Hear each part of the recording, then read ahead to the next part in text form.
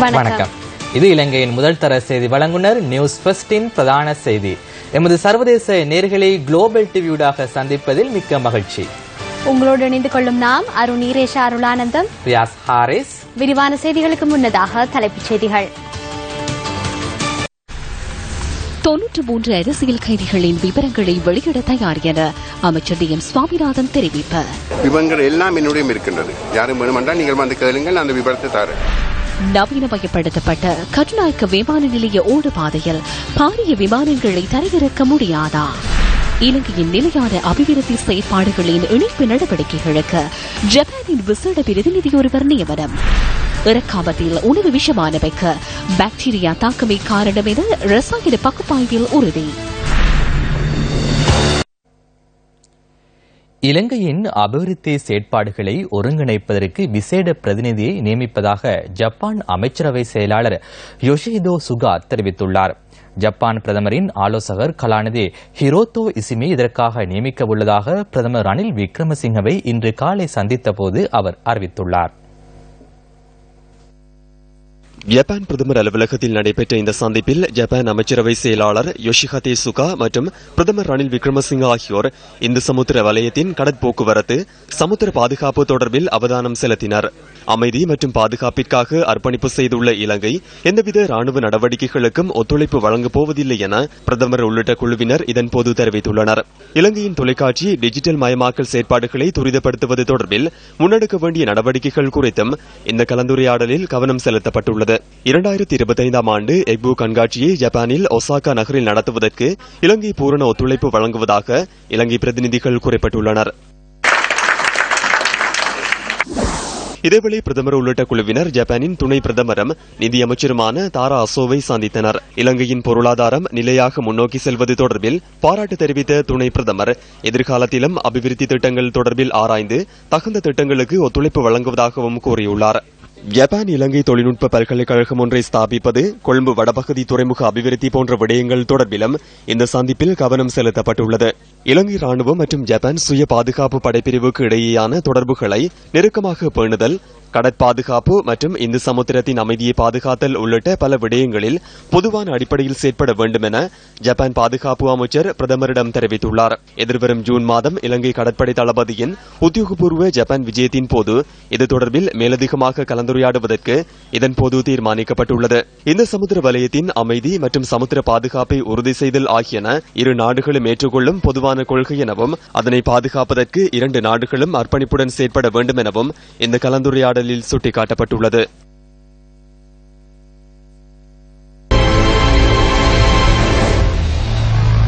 பிளவிலே 399 acre காணி விடுவிக்கப்படுகின்றது. இம்மாதம் 24ஆம் தேதி நான் எல்லா மந்திரிமார்களையும் அழைத்திருக்கின்றேன். கட்டுநாயக்க சர்வதேச விமான நிலையத்தின் ஓடுபாதை உரிய முறையில் புனரமைக்கப்பட்டுள்ளதா? சர்வதேச சிவில் விமான சேவை சான்றிதழ் இதற்கு கிடைக்குமா? அது குறித்து நாம் இன்று ஆராய்கின்றோம். கட்டுநாயக்க சர்வதேச விமான நிலையத்தின் ஓடுபாதையை புனரமைப்பதற்காக கடந்த ஜனவரி 6ஆம் தேதியிலிருந்து 3 மாதங்களுக்கு விமான நிலையம் மூடப்பட்டது. விமான நிலையம் மூடப்பட்டிருந்த காலப்பகுதியில் ஸ்ரீலங்கன் விமான நிறுவனத்திற்கு $40 மில்லியன் நட்டம் ஏற்பட்டுள்ளதாக தெரிய வந்துள்ளது. புனரமைப்பு திட்டத்தின் ஊடாக விமான நிலையத்தின் பிரதான ஓடுபாதை 45 மீட்டரில் இருந்து 75 மீட்டராக விஸ்தரிக்கப்படுவதாக தெரிவிக்கப்பட்டதுடன் உப ஓடுபாதை புனரமைக்கப்படும் எனவும் சமிக்ஞை கட்டமைப்பு மீண்டும் ஸ்தாபிக்கப்படும் எனவும் கூறப்பட்டது. இதற்காக $7.2 பில்லியன் செலவாகும் எனவும் மதிப்பிடப்பட்டிருந்தது. விமானங்களை தரையிறக்கும் போதும் ஏற்றும் போதும் உரிய பாதுகாப்பு கட்டமைப்பு அவசியமாகும். இது தொடர்பிலான பல சர்வதேச விதிமுறைகள் காணப்படுகின்றன. அதன்படி ஐகோவா என்ற சர்வதேச நிறுவனம் எமது ஓடுபாதையை பரிசீலனை செய்தது. உரிய தரத்தில் ஓடுபாதைகள் காணப்படாவிட்டால் சர்வதேச விமான நிறுவனங்கள் எமது விமான நிலையத்தில் விமானங்களை தரையிறக்குவதற்கு முன் வருவதில்லை. அத்துடன் எமது விமான நிறுவனத்தில் 380 ரக விமானத்தை தரையிறக்குவது சிரமமாகும். ஒரே ஒரு தடவை அவ்வாறான விமானம் ஒன்று தரையிறக்கப்பட்டுள்ளது. ஆகவே எமது ஓடுபாதையை விஸ்தரிப்பது அவசியமாகும். அவ்வாறு செய்தால் 380 ரக விமானத்தை இங்கு தரையிறக்க முடியும். பெரிய விமானங்களை தரையிறக்குவதற்கு விமான நிலையங்கள் 4F சான்றிதழை பெற்றிருக்க வேண்டும் என சர்வதேச சிவில் விமான சேவை நிறுவனத்தின் உத்தியோகபூர்வ இணையதளத்தில் குறிப்பிடப்பட்டுள்ளது. ஓடுபாதையில் ஷோல்டர்ஸ் எனப்படும் தோள் பகுதியை விஸ்தரிப்பது முக்கியமானது. அதிகமான நாடுகள் ஓடுபாதையை விஸ்தரிப்பதற்கு பதிலாக தோள் பகுதியை விஸ்தரிப்பதையே செய்கின்றனர். அதனையே நாமும் செய்தோம். 6 மாதங்களுக்கு அதிக காலம் விமான நிலையம் மூடப்பட்டது. காலை 8 மணியிலிருந்து மாலை 4 மணி வரை விமான நிலையம் மூடப்பட்டது. இதன்போது 760 கோடி ரூபாய் நட்டம் ஏற்பட்டுள்ளது. அவ்வாறு செலவழித்து தற்போது என்ன நடந்துள்ளது? 380 ரக விமானத்தை தரையிறக்க முடியாத நிலைமை ஏற்பட்டுள்ளது. எதிர்பார்த்த விடயங்கள் இடம்பெறவில்லை என்பது தெளிவாகின்றது.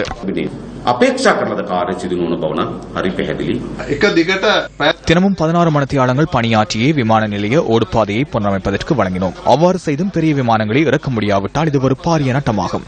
இது ஒரு வீண் செலவாகும். எனவே இது குறித்து அரசாங்கம் விளக்கம் அளிக்க வேண்டும். எவ்வாறாயினும் மத்தளை சர்வதேச விமான நிலையத்திற்கு சர்வதேச சிவில் விமான சேவை நிறுவனத்தின் 4F சான்றிதழ் கிடைக்கப்பெற்றுள்ளமை குறிப்பிடத்தக்கது. அதிகாரத்தை பகிர்ந்து ஐக்கியப்படுவோம் அமைப்பு இன்று ஊடக சந்திப்பு ஒன்றை ஏற்பாடு செய்திருந்தது. ஸ்ரீலங்கன் விமான நிறுவனம் தற்போது எவ்வாறு பயணிக்கின்றது? தற்போது மற்றொரு நிறுவனத்தை தேடுகின்றனர். பாகிஸ்தான் ஏர்லைன்ஸுக்கு வழங்கி அதற்கான குத்தகையை வழங்க முடியாமல் போயுள்ளது. வரலாற்றில் ஒருபோதும் நான் இவ்வாறான சம்பவத்தை கேட்டதில்லை. ஸ்ரீலங்கன் விமான சேவையிலே மக்கள் நின்று கொண்டு பயணித்துள்ளனர். நேற்று முன்தினம் நிதியமைச்சரும் பிரதமரும் விமான நிலையத்தில் இருந்தனர். பிரதமர் ஜப்பான் சென்றார். நிதியமைச்சர் சிங்கப்பூர் சென்றார். நிதியமைச்சரின் பொதி மலேசியாவிற்கு சென்றுள்ளது. இதுவே ஸ்ரீலங்கன் விமான நிறுவனத்தின் சேவை. உம்ராவிற்காக ஜித்தா போக வேண்டியவர்களை ரியாத்துக்கு அனுப்புகின்றனர். அதற்காக 39 லட்சத்தை செலுத்த வேண்டி ஏற்பட்டது. ஸ்ரீலங்கன் விமான நிறுவனம் அமைச்சர் கபீர் ஹாஷிமி நிர்வாகத்தின் கீழ் உள்ளது. எனினும் இவ்வாறான வீண் விரயங்கள் தொடர்ந்து இடம்பெறுகின்றன. யார் தலைவர்? பிரதமரின் நண்பர் ஒருவரே தற்போது நிறுவனத்தின் தலைவராக உள்ளார். முகாமைத்துவ பணிப்பாளர் பதவிக்கு தகுதியானவர்கள் இருந்தபோது ராணுவத்தின் ஒருவருக்கு புள்ளிகளை வழங்கினர். தற்போது அதுவும் அழிவடைந்துள்ளது. பனைசார் உற்பத்தி தொழில் முயற்சியாளர்களுக்கான வாழ்வாதார உதவிகளை வழங்கும் நிகழ்வு இன்று யாழ்ப்பாணத்தில் இடம்பெற்றது. யாழ் மத்திய கல்லூரியில் இடம்பெற்ற நிகழ்வில் மேல்குடியேற்ற அமைச்சர் DM சுவாமிநாதன் பிரதம அதிதியாக கலந்து கொண்டிருந்தார். இதன்போது பாராளுமன்ற உறுப்பினர் E சரவணபவன், வடமாகாண எதிர்க்கட்சித் தலைவர் C தவராசா, யாழ் மாவட்ட அரசாங்க அதிபர் உள்ளிட்ட பலர் கலந்து கொண்டிருந்தனர். இதேவேளை இன்று காலை பனைசார் உற்பத்தி மற்றும் விற்பனை கூடம் அமைச்சரால் திறந்து வைக்கப்பட்டது. 93 அரசியல் கைதிகளை விடுவிப்பதற்கு அது அரசாங்கத்தில் ஒரு சட்ட ரீதி இருக்கின்றது. கைதிகளுக்கும் அவர்கள் மனுகளை கொடுத்திருக்கின்றார்கள். அது மிக விரைவாக அதை செய்து முடிப்பதற்காக அலுவலகம் துணை செய்திருக்கின்றது. உடனடியாக செய்ய முடியாது. அந்த சட்ட ரீதியாக அந்த சட்ட பூர்த்தி செய்த பிறகுதான் அவர்களை விடுவிக்க முடியும். ஒரு குற்றச்சாட்டும் இல்லை. அவர்களுக்கு விவரங்கள் எல்லாம் என்னுடைய இருக்கின்றது. யாரும் வேணுமென்றால் நீங்கள் வந்து கேளுங்கள், அந்த விவரத்தை தரேன். இதன்போது கேப்பாப்புலவு காணி விடுவிப்பு தொடர்பிலும் கேள்வி எழுப்பப்பட்டது. கேப்பாப்புலவிலே 399 ஏக்கர் காணி விடுவிக்கப்படுகின்றது. இம்மாதம் 24ஆம் தேதி நான் எல்லா மந்திரிமார்களையும் அழைத்திருக்கின்றேன். அந்த அழைப்பின் மூலமாக எல்லா படைத்தலைவர்களும் அங்கு இருப்பார்கள். அவர்களோடு நன்கு கலந்தாலோசித்து என்னென்ன இடங்களை எவ்வாறாக எப்ப கொடுக்க முடியும் என்ற அந்த ஒரு செய்தியையும் நான் கொடுப்பதற்காக முன்வந்திருக்கின்றேன்.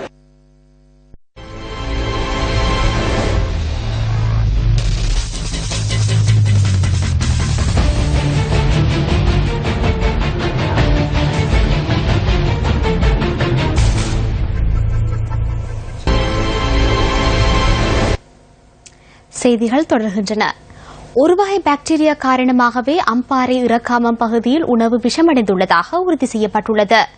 கொழும்பு மருத்துவ ஆய்வு நிர்வாகத்திற்கு அனுப்பி வைக்கப்பட்ட மாதிரிகளூடாக பெற்றுக் கொள்ளப்பட்ட அறிக்கை இந்த விடயத்தை உறுதிப்படுத்தியுள்ளதாக கிழக்கு மாகாண சுகாதார சேவைகள் பிரதிபலிப்பாளர் டாக்டர் அழகையா லதாகரன் குறிப்பிட்டுள்ளார். மக்கள் உட்கொண்ட இறைச்சியிலேயே இந்த பாக்டீரியா தொற்று ஏற்பட்டிருக்கக்கூடும் எனவும் கிழக்கு மாகாண சுகாதார சேவைகள் பிரதிபலிப்பாளர் கூறினார். இறக்காமம் வாங்காமம் பகுதியில் அண்மையில் ஏற்பாடு செய்யப்பட்டிருந்த நிகழ்வொன்றின் போது சுமார் 1000 பேர் வரை கலந்து கொண்டிருந்தனர். அவர்கள் உட்கொண்ட உணவு விஷமடைந்ததன் காரணமாக சுமார் 800 பேர் வைத்தியசாலைகளில் அனுமதிக்கப்பட்டதுடன் அவர்களில் 3 பேர் உயிரிழந்தனர். இதனையடுத்து மேற்கொள்ளப்பட்ட விசாரணைகளின் போது உணவை சமைத்த 2 பேர் கைது செய்யப்பட்டனர். இதேவேளை உணவு மாதிரிகள் கிடைக்காமை காரணமாக நோயாளர்களின் குருதி, சிறுநீர் மற்றும் மலம் என்பன ரசாயன பகுப்பாய்விற்கு அனுப்பி வைக்கப்பட்டன. அதற்கமே மேற்கொள்ளப்பட்ட ஆய்வின் அடிப்படையில் உட்கொண்ட உணவில் பாக்டீரியா தொற்று காணப்பட்டுள்ளமை உறுதிப்படுத்தப்பட்டுள்ளதாக கிழக்கு மாகாண சுகாதார சேவைகள் பிரதிபலிப்பாளர் டாக்டர் அழகையா லதாகரன் தெரிவித்துள்ளார். ஸ்ரீலங்கா முஸ்லிம் காங்கிரசின் பொதுக்கூட்டம் ஒன்று சம்மாந்துறையில் நேற்றிரவு நடைபெற்றது. பாராளுமன்ற உறுப்பினர் மன்சூரின் ஏற்பாட்டில் நடைபெற்ற இந்த கூட்டத்தில் கட்சியின் தலைவர் அமைச்சர் ரவுப் ஹக்கீம், பிரதியமைச்சர் HMM ஹாரிஸ் மற்றும் கட்சியின் உயர்பீட உறுப்பினர்கள் கலந்து கொண்டனர். ஸ்ரீலங்கா முஸ்லிம் காங்கிரசின் சம்மாந்துறை கூட்டம் நேற்றிரவு 8:30 முதல் இன்று அதிகாலை 2:30 வரை நடைபெற்றது. தேசிய காங்கிரஸ் கட்சியின் பிரதி தவிசாளர் கலிலுர் ரஹ்மான் இந்த கூட்டத்தின் போது ஸ்ரீலங்கா முஸ்லிம் காங்கிரஸ் கட்சியுடன் இணைந்து கொண்டார். இம்முறையும் யாப்பு சீர்திருத்தம் என்ற அடிப்படையிலே புதிய சீர்திருத்தத்தின் மூலம் ஒரு கலப்பு தேர்தல் முறையை அறிமுகப்படுத்தி அதன் மூலம் தொகுதி வாரியான தேர்தல் முறையை அறிமுகப்படுத்தினாலும் இருக்கிற தேர்தல் தொகுதியை குறைக்கிற போது அம்பாறை மாவட்டத்தில் இருக்கிற 3 தொகுதிகளும் நிச்சயமாக எங்களுக்கு என்று ஒதுக்கப்படுமா என்பதும் சந்தேகத்துக்குரிய நிலவரமாக வந்துவிடலாம் என்கிற நிலவரத்திலே நாங்கள் அது சம்பந்தமாக பலத்த எதிர்ப்பை தெரிவித்து அதற்கான ஒரு மாற்று தேர்தல் முறையை எங்களுடைய பிரேரணையாக முன்வைத்து அதை நிச்சயமாக கவனத்தில் எடுத்து பரிசீலனைக்கு உட்படுத்த வேண்டும் என்று வேண்டிக் கொண்டது மாத்திரமல்ல, அதற்காக ஜனதா விமுக்தி முன்னணி, தமிழ் தேசிய கூட்டமைப்பு இந்த 2 கட்சிகளிடத்திலும் தலைமைகளை அழைத்து அவர்களோடும் எங்களுடைய இந்த நாட்டு முஸ்லிம்களுடைய பிரதித்துவம், மலைநாட்டு மக்களுடைய பிரதித்துவம் இவற்றை பாதிக்கிற ஒரு தேர்தல் முறைமைக்கு இந்த 2 கட்சிகளும் ஆதரவு கொடுப்பதிலிருந்து தவிர்த்து கொள்ள வேண்டும், அதற்கு அவர்கள் வாக்குறுதி தர வேண்டும் என்று அவர்களிடம் நாங்கள் ஒரு ஒப்பந்தத்தை செய்கிற அளவிற்கு அந்த விஷயம் சம்பந்தமாக மிக தீவிரமாக நாங்கள் பேசியிருக்கிறோம்.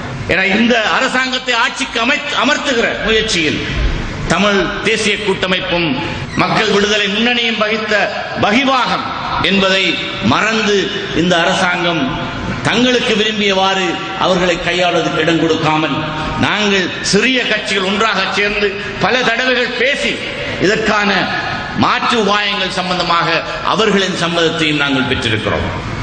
ஸ்ரீலங்கா சுதந்திர கட்சி இன்று இந்த அரசியல் யாப்பை தங்களுக்கு ஏற்ற வகையில் அமைக்க வேண்டும் என்பதில் மிகப்பெரிய ஒரு பணிப்போர் இன்று இடம்பெற்றுக் கொண்டிருக்கின்றது.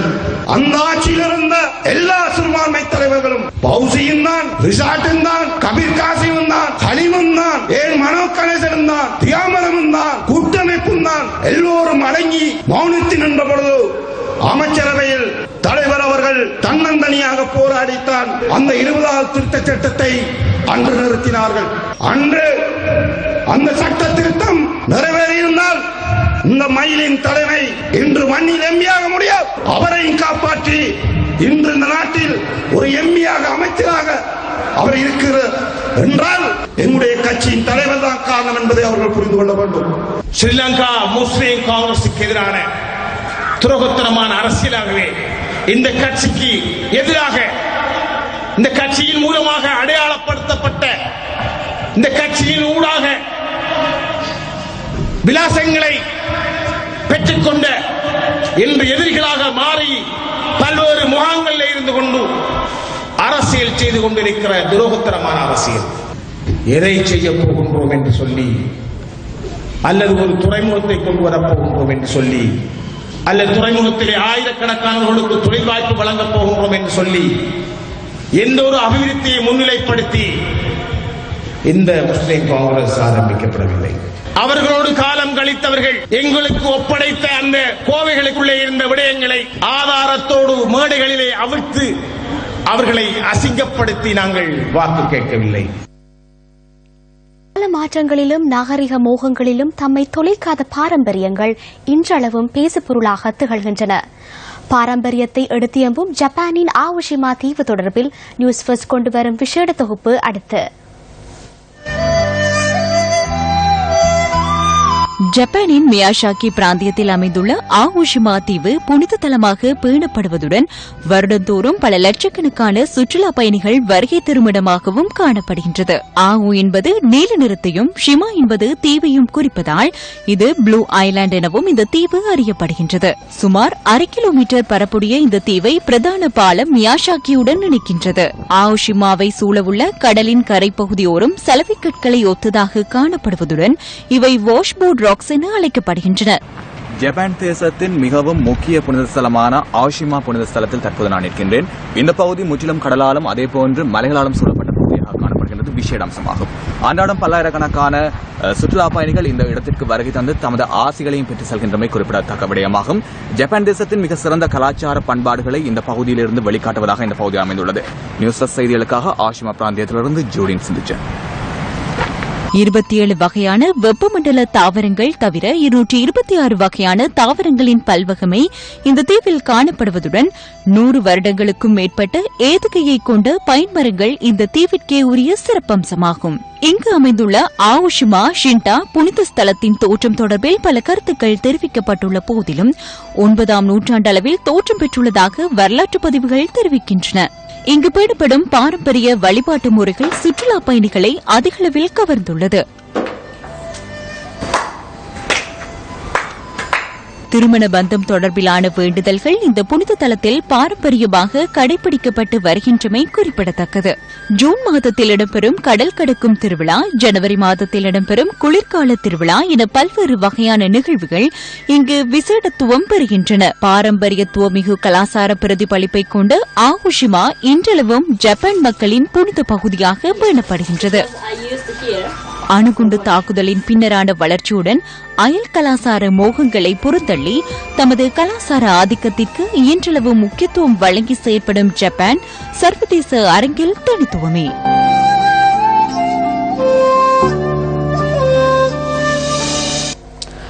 மட்டக்களப்பு மாவட்ட மக்களின் பிரச்சினைகள் தொடர்பில் ஆராயும் மற்றொரு மின்னல் நிகழ்ச்சி நேற்று முன்தினம் ஒளிப்பதிவு செய்யப்பட்டது. இதன்போது மக்களால் முன்வைக்கப்பட்ட பிரச்சினைகளுக்கு தீர்வு காண்பதற்கான கலந்துரையாடல் இன்று நடைபெற்றது. ஏறாவூர்பற்று செங்கலடி பிரதேச செயலகத்திற்குட்பட்ட கித்துள் கிராம மக்களின் பிரச்சினைகள் தொடர்பில் ஆராயும் மின்னல் நிகழ்ச்சி நேற்று முன்தினம் ஒளிப்பதிவு செய்யப்பட்டது. இதன்போது மக்கள் பல்வேறு பிரச்சினைகளை முன்வைத்திருந்த நிலையில் அவற்றுக்கு தீர்வு காணும் வகையிலான கலந்துரையாடல் மட்டக்களப்பு மாவட்ட செயலகத்தில் இன்று நடைபெற்றது. மரப்பாலம், உருகாமம், கித்துள், எழுப்படிச்சேனை ஆகிய கிராம மக்கள் இன்று அரசாங்க அதிபரை சந்தித்து கலந்துரையாடினர். கடந்த நாட்களிலே சக்தியின் மின்னலினூடாக மட்டக்களப்பு மாவட்டத்திலே 4 கிராமங்களினுடைய மக்களுடைய பிரச்சனைகள் முன்வைக்கப்பட்டதாக மக்கள் என்னிடம் தெரிவித்தார்கள். கித்தூள், மரப்பாலம், உருகாமம், இலுப்பையடிச்சேனை ஆகிய 4 மீளக்குடியமர்ந்த கிராமங்களை சேர்ந்த மக்கள் இன்று என்னுடைய அலுவலகத்திலே சந்தித்திருந்தார்கள். அவர்களுடைய மீள்குடியேற்றம் சம்பந்தமாக அவர்கள் கிராமங்களிலே காணப்படுகின்ற பிரச்சனை, அவர்களுக்கான குடிநீர் வசதி, மலசலகூட வசதி, தங்களுடைய உள்ளக வீதிகள் திருத்தப்படாமல் இருப்பது, தங்களுடைய வாழ்வாதார செயல்பாடுகளுக்கான நிதி உதவிகள் போன்ற பல்வேறு விடயங்களை மக்கள் எங்களிடம் கோரிக்கையாக விடுத்திருந்தார்கள். அவர்கள் சொல்லுகின்ற குறைகளை அரசு உத்தியோகத்தர்களாகிய நாங்கள் சரியாக ஆராய்ந்து தீர்வுகளை வழங்க வேண்டும். தீர்வுகள் வழங்கப்படாவிட்டால் அவற்றை உரிய இடத்துக்கு நாங்கள் அறிவிப்பது எங்களுடைய கடமை. துர்முகி வருடத்திற்கு விடை கொடுத்து ஏவிளம்பி வருடம் நாளை மறுதினம் மலரவுள்ளது. புது வருட பிறப்பு தொடர்பில் நியூஸ் ஃபர்ஸ்ட் கொண்டு வரும் தொகுப்பு அடுத்து. மருத்து நீர் தேய்த்து ஸ்நானம் செய்கின்ற ஒரு மரபு பன்று தொட்டு இருந்து வருகிறது. இந்த மருத்து நீர் தேய்க்கப்படுகின்ற பொழுது கேசாதி பாதாந்தம், உச்சம் தலை முதல் உள்ளங்கால் வரையிலே இருக்கின்ற நாடி நரம்புகளுக்கெல்லாம் ஒரு சிறப்பை தருகின்ற வகையிலும் எல்லா விதமான தோஷங்களும் நீங்குகின்ற வகையிலும் இந்த மருத்து நீர் சேர்த்துக் கொள்வார்கள். இந்த மருத்து நீர் தயாரிக்கப்படுகின்ற பொழுது சுத்தமான நீரிலே தாழம்பூ, தாமரைப்பூ, மாதுளம்பூ, சீதேவியார் செங்கல் நீர், விஷ்ணு கிராந்தி, துளசி, அருகு, பீர்க்கு, பால், திப்பிலி, ஏலம், மஞ்சள், கோரோசனை, கோச்சலம், கோமயம் போன்ற இன்னொரு திரவியங்கள் எல்லாம் அதிலே சேர்க்கப்பட்டு ஒரு பானை நிறைய தண்ணீர் வைத்து அதை அடுப்பிலே வைத்து காய்ச்சி அரைப்பானை வரையிலே வற்றுகின்ற வகையிலே அது ஒரு காஷாயமாக எடுக்கப்படுகின்ற பொழுது அது மருந்தி நீராக போற்றப்படுவது. அதனை தலையிலே வைத்து இந்த ஸ்நானம் செய்கின்ற பொழுது எல்லா விதமான ரோகங்களும் நீங்கக்கூடியதாக அமையக்கூடியது.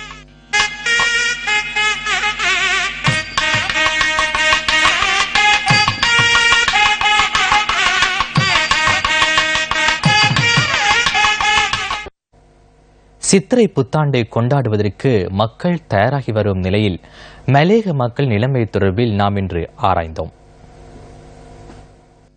நாட்டின் மொத்த தேசிய உற்பத்திக்கு பெரும் பங்களிப்பு வழங்கும் மலையக மக்களின் வாழ்க்கையில் முன்னேற்றத்தை காண முடியவில்லை.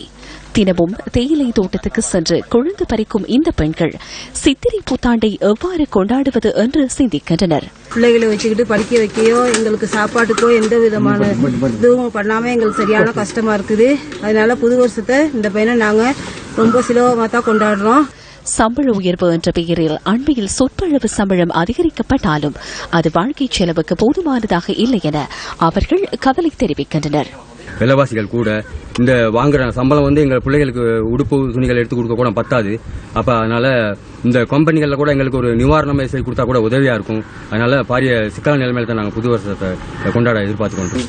புத்தாண்டை கொண்டாடுறதுக்கு எங்களுக்கு வருமானம் இல்லாம பெரிய சிரமத்தில் தான் இருக்கிறோம். இந்த மக்கள் தொழிற்சங்கங்களுக்கு மாதாந்தம் சந்தா செலுத்தினாலும் இவர்கள் வாழ்க்கையில் சேமிப்பை காண முடியவில்லை. அதனால் சித்திரை புத்தாண்டு காலத்திலும் இவர்கள் கண்ணீர் வடிக்கின்றனர். திருகோணமலை பன்குளம் முத்துமாரியம்மன் கோயிலில் உள்ள விக்கிரகம் திருடப்பட்டமை தொடர்பில் 3 சந்தேக நபர்கள் கைது செய்யப்பட்டுள்ளனர். திருகோணமலை பன்குளம் முத்துமாரியம்மன் கோயிலில் இருந்து திருடப்பட்ட விக்கிரகத்துடன் அதே பகுதியைச் சேர்ந்த 3 கைது செய்யப்பட்டுள்ளதாக போலீசார் குறிப்பிட்டனர். கைது செய்யப்பட்ட 19 மற்றும் 20 வயதான 3 சந்தேக நபர்களையும் திருகோணமலை நீதவான் முன்னிலையில் நாளை ஆஜர்படுத்துவதற்கு நடவடிக்கை எடுக்கப்பட்டுள்ளது. பன்குளம் முத்துமாரியம்மன் கோயிலில் உள்ள விக்கிரகங்கள் நேற்று திருடப்பட்டன. இந்த சம்பவம் தொடர்பில் மொரவெவ போலீசார் மேலதிக விசாரணைகளை மேற்கொண்டு வருகின்றனர். பிரமுகர் கொலை முயற்சிக்கு சதித்திட்டம் தீட்டிய குற்றச்சாட்டில் கைது செய்யப்பட்ட 5 சந்தேக நபர்களும் மீண்டும் விளக்கமறியலில் வைக்கப்பட்டுள்ளனர். கிளிநொச்சி நீதவான் நீதிமன்றத்தின் நீதவான் ஏ ஆனந்தராஜா முன்னிலையில் சந்தேக நபர்கள் ஆஜர்படுத்தப்பட்ட போது விளக்கமறியல் நீடிப்பு உத்தரவு பிறப்பிக்கப்பட்டது. அதற்கமைய சந்தேக நபர்கள் 5 எதிர்வரும் 26ஆம் தேதி வரை விளக்கமறியலில் வைக்கப்பட்டுள்ளனர். பிரமுகர் ஒருவரை கொலை செய்வதற்கு சதித்திட்டம் தீட்டியதாக புனர்வாழ்வு பெற்று சமூகமயப்படுத்தப்பட்ட 5 பேர் கடந்த ஜனவரி மாத இறுதியில் பயங்கரவாத புலனாய்வு பிரிவினரால் கைது செய்யப்பட்டனர். இவர்களிடமிருந்து வெடிப்பொருட்கள் சிலவும் போலீசாரால் கைப்பற்றப்பட்டிருந்தன. பாராளுமன்ற உறுப்பினர் எம் ஏ சுமந்திரனை கொலை செய்வதற்கான சதித்திட்டம் தீட்டப்பட்டுள்ளதாக தகவல்கள் வெளியாகியிருந்த நிலையிலேயே புனர்வாழ்வளிக்கப்பட்ட முன்னாள் போராளிகள் கைது செய்யப்பட்டனர். தடைகளை தாண்டி பட்டதாரிகளாக உருவாகியுள்ளவர்களின் போராட்டம் 50 நாட்களை கடந்துள்ளது. தாம் தெரிவு செய்த அரசியல்வாதிகள் தமது பிரச்சினை தொடர்பில் கவனம் செலுத்தாமை கவலை அளிப்பதாக பட்டதாரிகள் குறிப்பிடுகின்றனர். யாழ் மாவட்ட பட்டதாரிகளின் போராட்டம் இன்று 45வது நாளை கடந்துள்ள நிலையில் அவர்கள் இன்று அடையாள உண்ணாவிரதத்தில் ஈடுபட்டனர். எங்களுக்கு வேலைவாய்ப்பு வழங்கப்படுதல் வேண்டும். அனைத்து துறை சார்ந்த பட்டதாரிக்கும் வேலைவாய்ப்பு வழங்கப்படுதல் வேண்டும். இதேவேளை மட்டக்களப்பு மாவட்டத்தில் 51வது நாளாகவும் பட்டதாரிகள் தமக்கான நியமனங்களை கோரி ஆர்ப்பாட்டத்தில் ஈடுபட்டு வருகின்றனர். இன்னும் இந்த அரசாங்கமே எங்களுக்கு இந்த ஒரு தீர்வு ஒன்று பெற்றுத்தராம இருக்கின்றது தெரியுது இல்ல. எங்களுக்கு உடனடியாக எங்களோட தீர்வை பெற்றுத்தரணும் என்று கேட்டுக்கொள்றேன். மழை வெயில் பாராமல் 45வது நாளாக அம்பாறை மாவட்டத்தில் உள்ள பட்டதாரிகள் கவனஈர்ப்பு போராட்டத்தில் ஈடுபட்டு வருகின்றனர். சரியான முறைக்கு எங்களுக்கு எழுத்து மூலம் தராத பட்சத்தில் தொடர்ந்து எங்களது போராட்டம் இருந்து கொண்டே இருக்கும் என்பதை திருகோணமலை மாவட்ட பட்டதாரிகள் 42வது நாளாக தொழில் வழங்குமாறு கோரி ஆர்ப்பாட்டத்தில் ஈடுபட்டு வருகின்றனர். இந்த அரசாங்க அரசியல்வாதிகள் எல்லாருமே எதிர்கட்சி உட்பட சகலருமே இப்ப பார்த்து கொண்டிருக்காங்க இந்த பட்டதாரிகளோட நிலைமையை. எங்களுக்கான துக்க தினமா தான் இந்த 2017ஆம் ஆண்டுக்கான புது வருடம் இருக்குமே ஒழிய சந்தோஷகரமான ஒரு தினமாக இந்த சித்திரை புது வருடம் இருக்காது என்பது நாங்க உறுதியாக கூறிக்கொள்றோம். எங்களுக்கு வடமாகாணத்தில் சுமார் 3000 பட்டதாரிகளும் கிழக்கு மாகாணத்தில் சுமார் 8500 பட்டதாரிகளும் இன்னும் தொழில் கிடைக்காமையினால் தொழிலுக்காக காத்திருக்கின்றனர். 13ஆம் அரசியலமைப்பு திருத்தத்தின் ஊடாக பட்டதாரிகளை ஆசிரியர்களாக இணைத்துக் கொள்வதற்கு மாகாண சபைக்கு அதிகாரம் உள்ளதாக கல்வி ராஜாங்க அமைச்சர் வி ராதாகிருஷ்ணன் அண்மையில் தெரிவித்திருந்தார். 13ஆம் திருத்தத்தின்படி பட்டதாரி ஆசிரியர்களை இணைத்துக் கொள்வதற்கு மாகாண சபைக்கு அங்கீகாரம் வழங்கப்பட்டுள்ளது. அதன்படி இந்த பட்டதாரிகளை கிழக்கு மாகாணத்தில் நிலவும் ஆசிரியர் வெற்றிடங்களுக்காக இணைத்துக் கொள்வது சால சிறந்தது என சொல்லப்படுகின்றது. பட்டதாரிகள் விஷயத்தை அந்தந்த மாகாணத்திலே உள்வாங்குவதற்கான நடவடிக்கை எடுக்க வேண்டும் என்பதையும் தெரிவித்துக் கொள்கின்றேன். இந்த விடயம் தொடர்பில் வடக்கு மற்றும் கிழக்கு மாகாணங்களின் கல்வி அமைச்சர்கள் மற்றும் கல்வி அமைச்சின் செயலாளர்களை பல வழிகளில் நாம் தொடர்பு கொள்ள மேற்கொண்ட முயற்சிகள் பலனளிக்கவில்லை. பட்டதாரிகளின் பிரச்சினைக்கான தீர்வை பெற்றுக் கொடுக்க வேண்டிய வடக்கு கிழக்கு மாகாண கல்வி அமைச்சர்கள் மற்றும் அமைச்சின் செயலாளர்களை பல தடவைகள் தொலைபேசி ஊடாக தொடர்பு கொண்ட போதும் அவர்களின் தொலைபேசியிலிருந்து கிடைத்த பதிலே இது.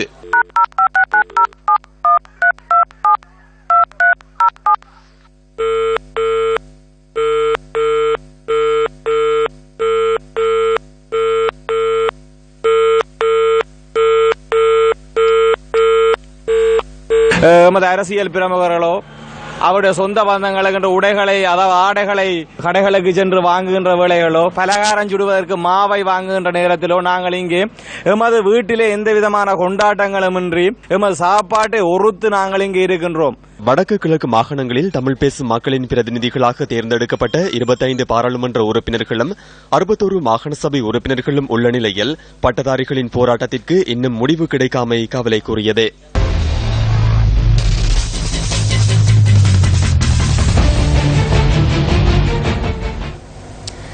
இதேவேளை வடமாகாண கல்வி அமைச்சின் செயலாளர் ஆர் ரவீந்திரன் சற்று முன்னர் நம்முடன் தொடர்பினை ஏற்படுத்தி இந்த விடயம் தொடர்பில் விளக்கமளித்தார். வடமாகாணத்தில் உள்ள ஆசிரியர்களை பட்டதாரிகளை கொண்டு நியமிப்பதற்குரிய நடவடிக்கைகளை வடமாகாண கல்வி அமைச்சு எடுத்துக் கொண்டிருக்கின்றது. அந்த வகையிலே அண்மையிலே 549 பட்டதாரிகளுக்கு பாட ரீதியான வெற்றிடம் உள்ள பட்டதாரிகளை நாங்கள் நியமித்திருக்கின்றோம். மீண்டும் கணித விஞ்ஞானம் தொழில்நுட்ப பாடங்களை உள்ளடக்கியதாக 513 வெற்றிடங்கள் நாங்கள் விண்ணப்பங்கள் மாகாண பொதுச்சேவை ஆணைக்குழுவாக கூறப்பட்டிருந்தது. அதற்குரிய பரீட்சைகளை மிக விரைவில் போட்டி பரீட்சையை மாகாண பொதுச்சேவை ஆணைக்குழு வைப்பதற்கு நடவடிக்கை எடுத்துக் கொண்டிருக்கின்றது. மேலும் வெற்றிடமாக உள்ள பட்டதாரிகளை 400 பேருக்கிட்ட இன்னும் வெற்றிடம் இருக்கின்றது. அந்த வெற்றிடங்களை நாங்கள் பாட ரீதியான வெற்றிடங்களை தெரிவு செய்து அதை பட்டதாரியை கொண்டு நியமிக்கிறதுக்கு வருகின்ற 19ஆம் தேதி நடக்கின்ற அமைச்சர் வாரியத்திலே அமைச்சர் வாரிய பத்திரம் தயாரித்துக் கொண்டிருக்கின்றோம். 19ஆம் தேதி சமைக்கப்பட்டு அவருடைய அனுமதி எடுத்து மீண்டும் ஆளுநருடைய அனுமதி எடுத்து மாகாண பொதுச்சேவை ஆணைக்குழுவிடம் அந்த அனுமதி வழங்கப்படும். மீண்டும் அந்த வெற்றிடங்களுக்குரிய பாட ரீதியான வெற்றிடத்துக்குரிய பட்டதாரிகளை மாகாண பொதுச்சேவை ஆணைக்குழு விண்ணப்பம் கோரி அந்த விண்ணப்பங்களின் அடிப்படையிலே அவர்களை போட்டி பரிசீலித்து அவர்களையும் எடுப்பதற்கு நடவடிக்கை எடுத்துக் கொண்டிருக்கின்றோம். எமது அடுத்த பிரதான செய்தி இரவு 10:45 எதிர்பாருங்கள். வணக்கம்.